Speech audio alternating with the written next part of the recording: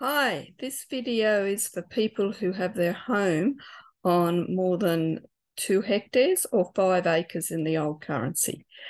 You're not fully covered by your main residence exemption on that property. Some of the property will be subject to capital gains tax, and you need to keep records.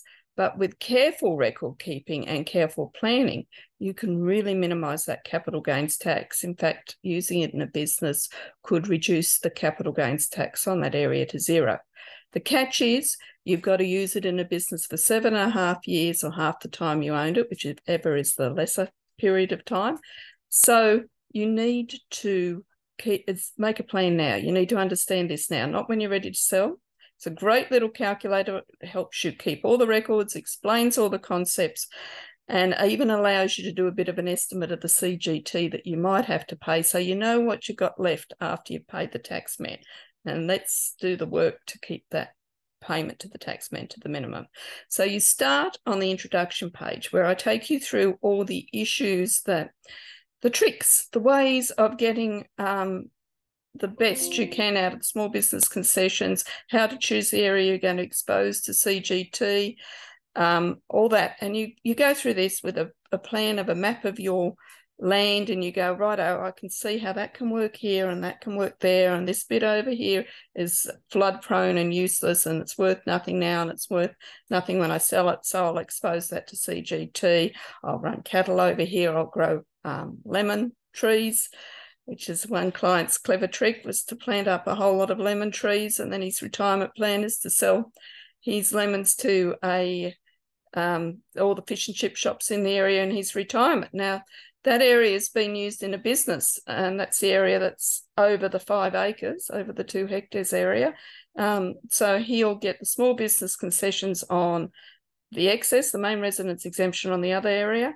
And those small business concessions, as you will see in the discussion here, can reduce your capital gain down to 25% of what it was.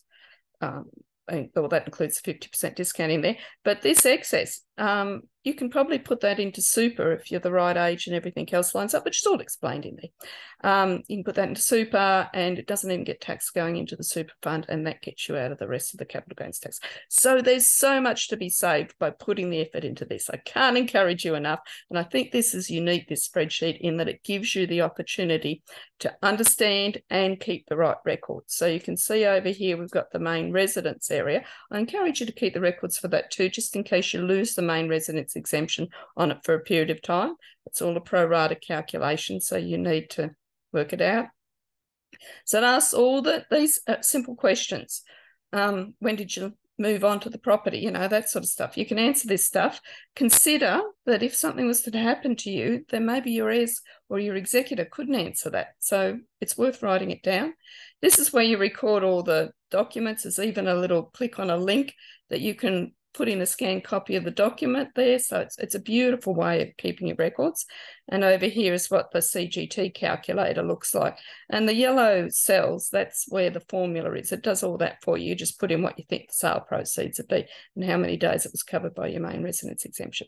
Now, everything on this page is well and truly covered in these instructions on the next page for it, even with a cartoon to help lighten the mood. So it goes on with instructions. A lot of them you don't need to, you might not need to know, like divorce, but say joint tenancy explains. Get you thinking about that all the way through. It's a great tool for estate planning too. Then you might just have some of the area that's got agistment and cabins on it. Now, that's too passive in most cases to be considered a small business, so you've got to cut that off as a separate area. And you can see here, similar layout in the spreadsheet. You'll soon get the knack of what you're doing there. And of course, to understand exactly when cabins become a small business, you can read the instructions for it. It's all here. Each spreadsheet for each segment of the map that you're doing has a set of instructions. And then we have another spreadsheet for the area used in a business. Very similar layout again, and a set of instructions that tell you exactly what you need to know, even examples out of rulings, the whole lot. Then we've got the area that might need be neither your main resident exemption used in a business or used for cabins. So that's your excess that you keep there. That's the area you want the flood-prone land to be. So, but that's all explained again over here in the instructions, and how to apportion, how to work it out. There's also a spreadsheet for not sure. It's pretty straightforward, but you might find that you're not sure how to apportion things or what to do with some things, and most of the time it's worth asking an accountant, but it might be just a one-off small amount.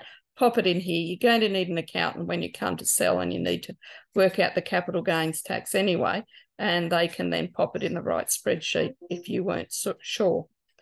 So I hope you will take the time to do this for your tax savings. Got to keep that tax man out of the way, and your family's records that they can, because they won't be able to find this sort of stuff. Get it out of the shoebox.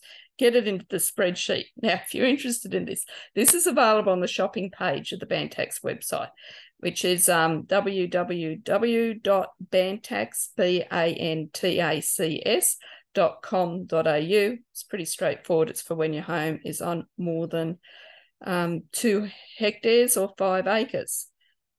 Thank you. I hope you enjoyed as much as I do this sort of stuff. I wish more people would, because that's it. That's the biggest trick with keeping the tax office out of your wealth, is keeping the record keeping. Okay.